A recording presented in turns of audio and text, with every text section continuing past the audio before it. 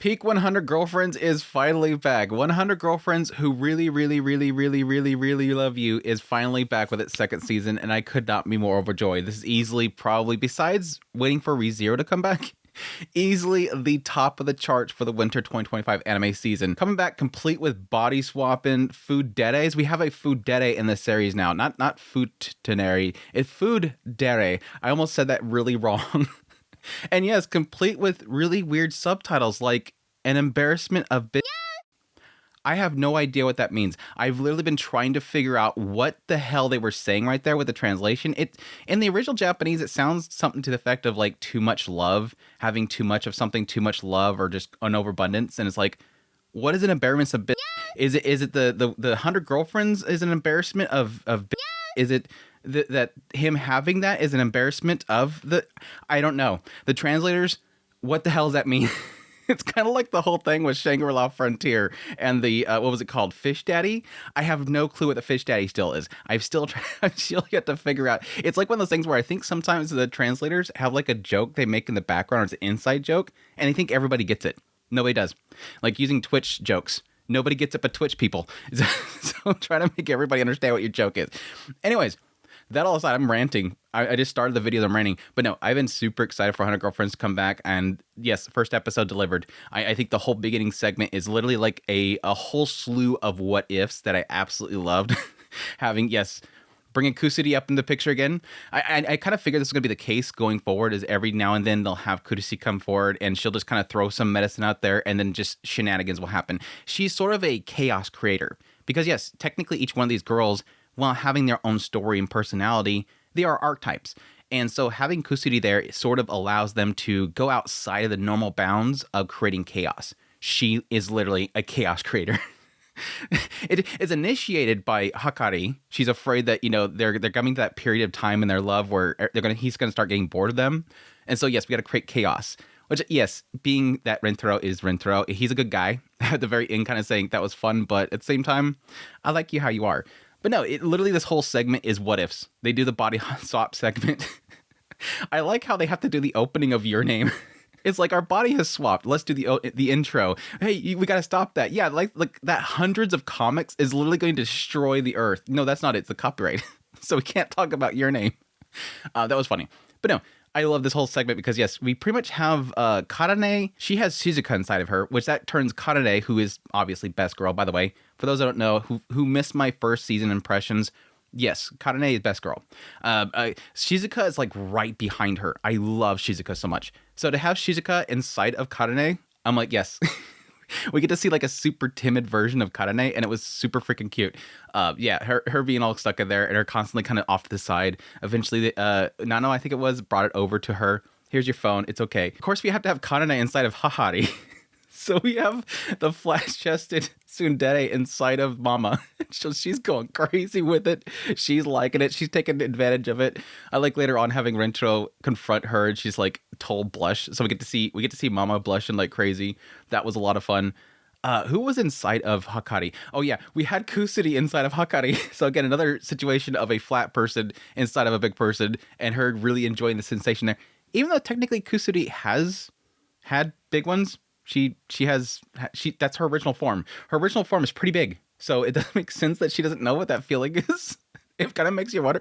I mean, that's like the whole situation where at some point she goes, oh, it's okay, I got to go to the bathroom, but it's okay because I'm wearing a diaper. And it's like, no, she's probably not wearing a diaper. And so, yeah, it makes sense when Hakari's like, no, that's not what that is, and gets her brushed off to the bathroom. Yeah, obviously Mama is inside of Kusuri, so we have to have Mama being really happy that she's in a young, energetic body again, so she's jumping around. And yeah, we had Nano inside of Shizuka, which that was cool. Like, seeing Shizuka, who normally is always quiet, suddenly just kind of walking forward and having that cool nature to herself.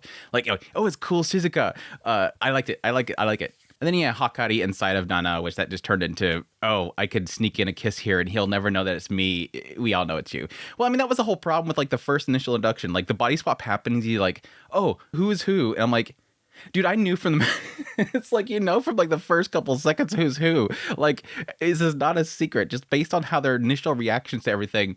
Yeah, I know that it was still cute. I really got a kick out of it. It was a fun little segment. Again, I think the thing that made the whole beginning segment so fun is because, again, having, yes, visually the character is, Karane, but now we get to see her sort of having this other nature to herself where she's super timid, which normally we wouldn't really get out of her. It was really super cute. Yeah, obviously getting a little bit of ecchi in there with Kanane going crazy with the bobs, and yeah, later on having, Kusuri going crazy with Hakare's body. It's super funny. But yeah, it was a good little bit there. I got a massive kick out of it, seeing tsundere versions of different ones, cool versions of other ones. Oh yeah, the mother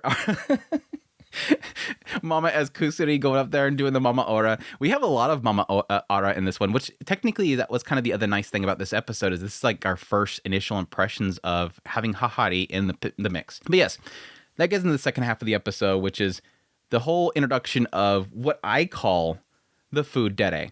Now, technically, later on, he calls it... I didn't really catch exactly what he's saying, but he's calling it something else.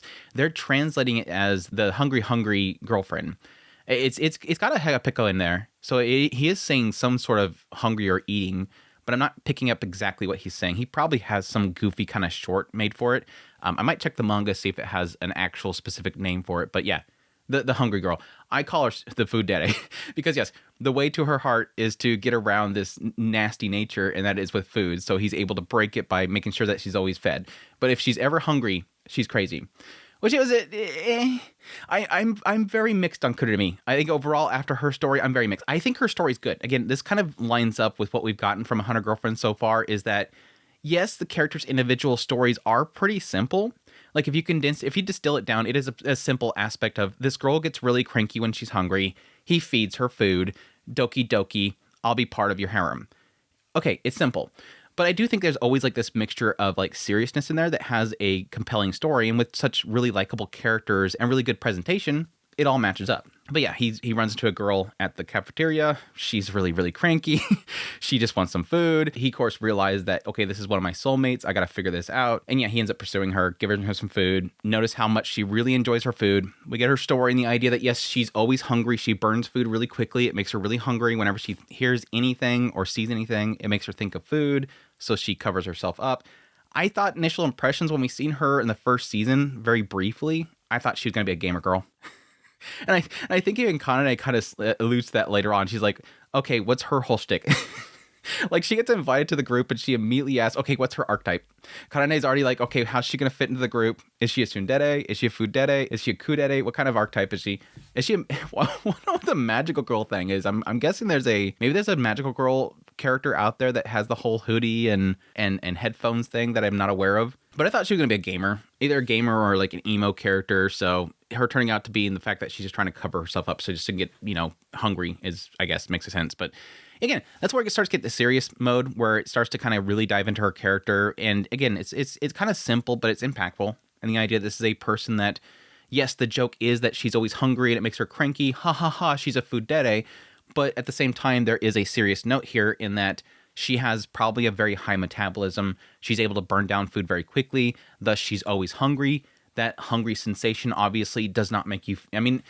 it's like, kids going to school and not being able to have a proper lunch. They don't have good grades, and they're always struggling because this is something that's constantly distracting. It's constantly making you cranky. It's not a comfortable feeling all the time. It's obviously going to make you on the edge all the time. And that's what's happening to Kurumi. She's always hungry. She's always thinking about food. Her body is telling her eat something is really what it comes down to. It's that simple. The body tells you you need to eat something and you can't think of anything else. It's really getting to the point where she's saying, why am I the way I am? She hates herself. She doesn't like this. She hates that she's always snapping at people. She wants to be friends with people. And so, yes, we obviously have to have good boy Rentaro go out of his way to fry up some food. Dude, it's kind of one of those things where it's like, yeah, technically it's one of those, you assume that everybody knows this. You don't put anything of like a lower temperature into the frying that quickly or whatever. And so, yes, he apparently doused it. Well, that doesn't make any really sense, because he said he washed off the ketchup and then he immediately went to fry it. No, he didn't. He washed off the ketchup and then he battered it and then he put in the fryer. So I don't know what he means there. It must have been really cold water, and maybe it was underneath the batter. But anyways, Rentaro, he did it. He did a good job there. But again, really kind of him cementing the fact that there is something special about her. That it's not just as simple as here's some food. He's really kind of telling her, no, when I watch you eat, you look like you're, full of joy. You really enjoy eating your food, and that brings joy to me. Is that whole aspect of you have something to bring to people around you. It was cute. All it was cute. I like the little moment there, but Then again, not being allowed to call her Chan because it makes her think of food. And that's probably going to be her joke. I'm assuming it's going to be her joke. She's probably going to be very, which makes me wonder why Karane wasn't so quick to really snapping at her. I mean, there was a little bit of a sense that the two of them are kind of be butting heads going forward, but I really do see Karane and her at some point either finding a kinship in their tsundere nature, or which again, food dere, tsundere. They're going to find a kinship in that, or they're going to be butting heads with each other all the time. I just kind of see that coming. Because technically, after this episode, my initial impression of the episode was, okay, this kind of makes sense because so far, all the characters they brought into the group so far have all either been timid or very lovey or genki. And the only character that's very off-puttish, like super off-puttish, is Karane, because she's a tsundere. Yes, technically, Nano, she's cool and seemingly like neutral, but Karane is the only one that like actively pushes back. She's a tsundere. So I guess we technically need more characters that are more, violent or off-puttish or constantly pushing back against him. And I can see, obviously, Kurumi doing that. She'll go in the same kind of boat as Karane, where they'll be pushing back against him rather than always being lovey-dovey. So it's kind of cute. I think that'll actually work out well. Hopefully they're a team. I want the two of them to be a team. But I will admit, like, after this episode, I feel like I'm not going to like Kurumi's character. I really want to be honest. I don't know if I'm going to like her character. Again, with all these characters, their initial impressions, sometimes I'll think that I'm not going to like the character, and the writer throws that in my face. Like, at some point, I'll go, no, never mind, I like this character. So she might actually work for me, but right now, first impressions, I don't know if I like her. She seems a bit too cranky, but I don't know. We'll see what they do with it. Actually, there was a side of me that was surprised they didn't immediately call him a lolicon because he brought in Kurumi, who is a middle schooler, but at the same time, his senpai Kusuri is, small, and he already has Shizuka, so I think that joke's dead at this point. Like, we've already killed that joke. But no, I love when Kurumi is introduced, because she, of course, does, like, I think somebody else did that, saying, I'm not going to get, chummy with any of you. I'm just here for Rentaro. And then Nana's over here like, yeah, that sounds efficient. No, there's no reason to fraternize with the other girlfriends. And then everybody's like, oh no, I thought we were friends. I loved you. We had so much fun together. And she's like, no, I don't do that because I need to. I do it because I love you guys. And they just all swoon. they're all clamoring onto Nana. And I'm like, dude, Rento, you got to step it up. Nana's going to take all of them from you. She's swooning the whole group of girls. It was cute. She's like, what's going on here? Like, Nana's over there like, what did I say? Why are you all getting on me? It was cute. But then, we wrap up the episode with I guess it seems like Rentro's ability to kind of bring them into the group, because it always, if I remember correctly, that was what they did with the first season, is that there's always the winning over the girlfriend, the introduction to the girls, and then later on they'll have a moment where he makes them bond together.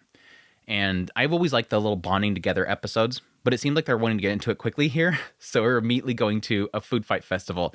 And so this is apparently Rentro's way of getting everybody to bond with Kurumi. So, and yes, in order for Hahari to claim as being her mother, she's gotta call me mommy. Okay, I'll do it if you call me mommy. And then she's like, no, I'm not gonna do it. It was cute. I love it. So yeah, really fantastic first episode. Really excited to see this show come back. So we'll see where it goes from here, but that's my thoughts on the first episode of the second season of 100 Girlfriends Who Love You. Hope you guys enjoyed this video. As always, if you did, hit the like button down below, comment. Let me know what you thought of the episode. Additionally, if you're new here, make sure to subscribe before you leave. Like this content, you want to support channel more, and links in the description below. Greatly appreciate it. Until next time, y'all take care.